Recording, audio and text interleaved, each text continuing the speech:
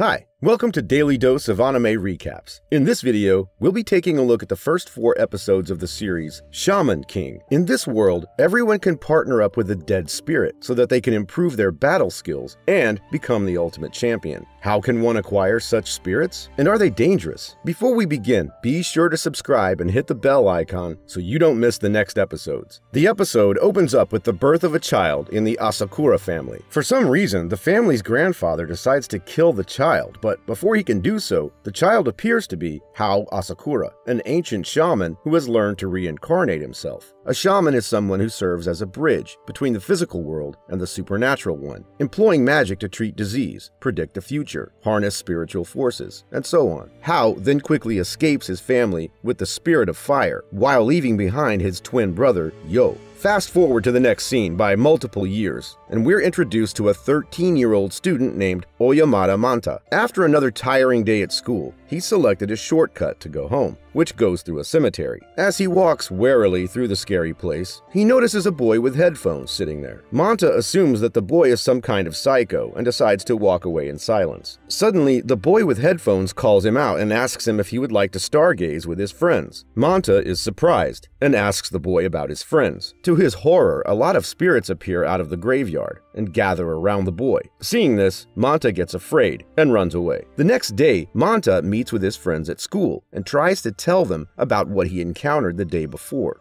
Sadly, none of his friends believe his story and think that Manta had seen ghosts in his dreams. Moments later, the teacher arrives and introduces a new student to the class, You Asakura, the boy with headphones. As soon as Manta sees him, he tries to convince his friends that he is the one who was at the graveyard surrounded by spirits. However, even this time, no one believes him. Just then, Yo approaches him and mentions that ghosts are not real. After school, Manta is desperate to find out the truth about Yo and decides to follow him. After a while, he catches up to him at a bridge. Yo apologizes to Manta for lying about his identity while at school. He then introduces himself as a shaman and mentions that he is there for his training. In the following scene, Manta is reading a dictionary and trying to find out more about shamans. He reads that shamans have the capacity to connect the physical and spiritual world for the safety of the people. On the other hand, Yo goes to a museum and looks at a sword, Hirashimi, which was used by one of the best samurai, Amidamaru, about 600 years ago. Near the sword, he meets a spirit, crying. Yo then approaches the spirit and asks him what he's doing there. The spirit introduces himself as Mosuke and reveals that he is a swordsmith. He's sad because he killed his best friend and betrayed him. Hearing this, Yo tries to calm him down, promising to help him. On the other hand, Manta decides to go to the same graveyard and find out more about Yo. Unfortunately, rather than Yo, he discovers Ryu, a gangster with the wooden sword, and his gang taking control of the location. Despite his friends' warning that it would curse them, Ryu ruins the graveyard of the renowned samurai Amidamaru with his sword. Just then, Manta unintentionally reveals himself and gets beaten up by Ryu and his gang. The following day, Manta goes to school with bruises all over his body. A while later, Yo approaches him and reveals that ghosts do exist. He then drags Manta towards the cemetery, mentioning that he knows about who attacked him and that they need to take revenge. Manta tries to stop Yo, but he does not listen and keeps dragging him. After a while, they reach the cemetery and confront Ryu and his gang for assaulting Manta. Yo then summons Amidamaru's soul and puts it inside a spirit ball, integrating it into his body and acquiring his skills.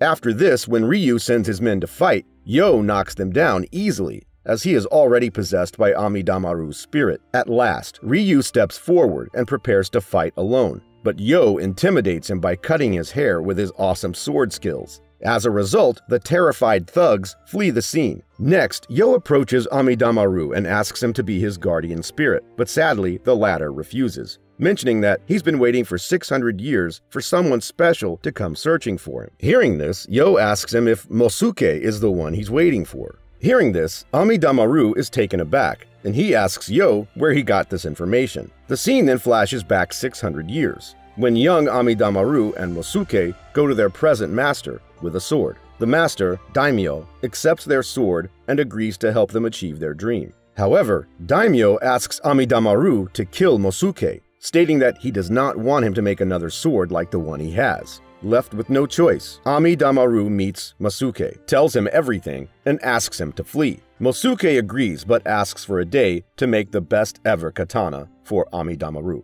Unfortunately, after Masuke leaves, Daimyo sends other men to kill Amidamaru. The samurai fights bravely with all of Daimyo's men and defeats them, but gets severely injured in the process. Sadly, Amidamaru dies before Masuke arrives there with his new katana. Back to the present, Yo presents Amidamaru with a katana named Hiroshimi. Just by taking a glance at it, Amidamaru realizes that the katana is the best one he's ever seen. When he inquires about where he got it, Yo replies that Masuke had made it for him. Amidamaru becomes sad after knowing that his best friend made the katana for him and went to the afterlife without meeting him. Eventually, he decides to help Yo and become his guardian spirit. Surprisingly, Yo and Amidamaru are being watched by another young boy. He talks to his guardian spirit, Bason, and tells him that Yo has got a good guardian spirit for himself. Next, Manta again walks past the cemetery and notices the same young boy, Tao Rin, who asks him to tell Yo that his guardian spirit will soon be taken by Rin. Afraid, Manta looks at Rin, surprised, and runs away. The following day, Manta meets up with Yo and delivers the message that Rin sent for him. Hearing that Rin is planning to take Amidamaru away, Yo gets up from his seat and along with Manta starts walking towards the cemetery. On their way, Yo tells Manta that there are other shamans in the world and that their rank is determined by the skill of their guardian spirit. He also mentions that he wants to be the Shaman King, the one who can summon all the spirits. Suddenly they notice a group of henchmen gathering around a boy and yelling at him for breaking their car's headlight. Manta recognizes the boy as Rin and tells Yo that he also saw his guardian spirit. Soon, when Rin is about to get hit by a car, his guardian spirit, Bason, emerges and integrates into him. With Bason's skills, Rin uses a katana and cuts the approaching car in half, surprising Yo, Manta, and Amidamaru. Later, when Rin attempts to kill one of the henchmen, Yo intervenes and stops him, saying that shamans are not allowed to take human lives. After this, Rin urges Yo to hand over his guardian spirit to him.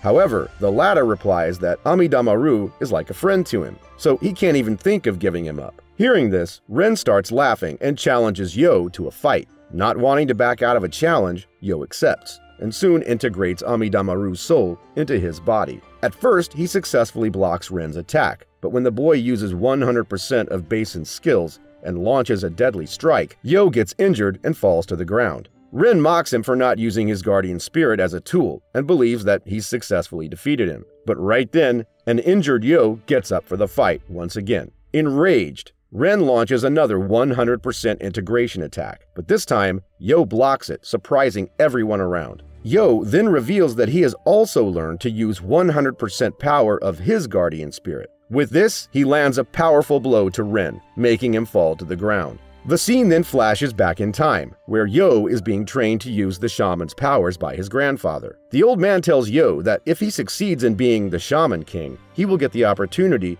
to meet with gods and rule over all the shamans. Yo becomes excited after hearing this and agrees to work hard to achieve his dreams. Back to the present, Yo is at the hospital, recovering from his injuries. Right then, a beautiful but ruthless lady arrives to see him. Manta tries to stop her but gets slapped instead. The lady then introduces herself as a shaman and Yo's fiancé, Kiyoyama Anna. She approaches Manta and orders him to bring some juice for her. Manta refuses to follow her orders and again gets slapped. She then mentions that she's going to be the first lady shaman after Yo becomes the Shaman King. Compelled, Manta goes to get juice for her, and Yo also follows him. As they walk, Yo reveals that he was forced by his family to get engaged to Anna, as they want his baby to be a shaman and carry their family's legacy forward. In the next scene, Anna informs Yo about the upcoming tournament where shamans fight to become the Shaman King. She also mentions that the tournament happens every 500 years, and that Yo must win the competition at all costs. She then forces Yo to train hard to improve his physical state and participate in the competition. The following day, Yo arrives at school with bruises all over his body. When Manta asks about it, he tells him that the bruises are the result of his training with Anna. Yo, breathing a sigh of relief, mentions that he's safe from Anna at school. Surprisingly, to his dismay, the class teacher introduces a new student to the class, which is none other than Anna herself. Later, Anna, Amidamaru, Yo, and Manta can be seen watching a movie containing a legendary character, Lee Pyron. After the movie, Manta tells everyone that Lee Pyron was a legend because he merged 3 different fighting styles into one and used it to defend himself. He also mentions that the death of Lee Pyron is a mystery and that his dead body was never found. Following this, the group starts discussing the person who sent them the tickets for Lee Pyron's movie. Right then, a lady arrives, who is Ren Tao's sister, and introduces herself as Jun Tao. She claims to be the one who sent the movie tickets to Yo and the group. She then urges Yo to hand over his guardian spirit to her, but Yo refuses. Enraged, Jun summons her Yang Shi, a ghost partner, Lee Pyron, and orders him to attack Yo until he dies. Following her orders, Lee Pyron does the same and keeps landing harsh blows on Yo, injuring him badly. Seeing his friend get banged up, Manta goes to search for a sword for Amidamaru, so that he can help Yo fight against Jun and her ghost partner. After a bit of a struggle, he finds Ryu and somehow manages to bring his wooden sword for Yo. Yo then uses the sword and blocks the attacks of Lee Pyron. He also wants to free Lee Pyron's body from the control of Jun and help him go to his afterlife. After a bit of back and forth, Yo finally manages to break Lee Pyron's curse and frees him. But despite being free, Pyron still seems angry, so he lunges toward Jun to attack her.